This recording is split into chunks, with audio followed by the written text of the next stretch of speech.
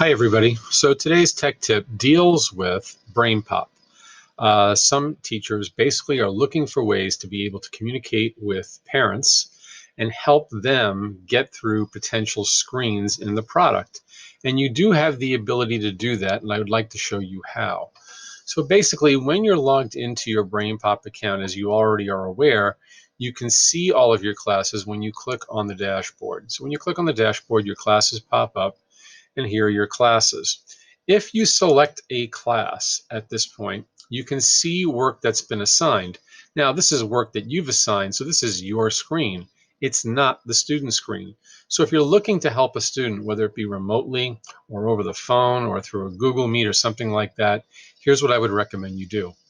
Go up to where it says View Students and find the student in question that you're looking to address. So in this example, let's pretend it's Annalie.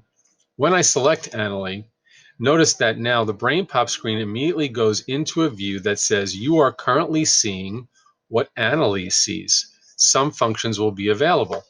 So this is Annalie's assignment screen, and there's nothing here. And we're looking at all of her classwork, so the student might be confused. And in this case, it might be that the student has already completed the work, but they just don't know where to go to see their completed work.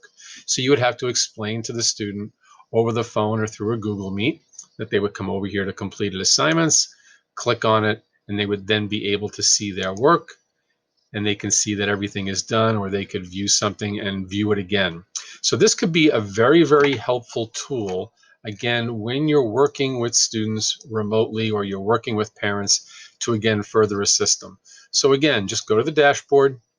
From the dashboard, select the class that's in question, view the students, pick the student that you're looking to support, and again, once you've picked that student, it will show you down at the bottom that you're currently seeing exactly what that student sees.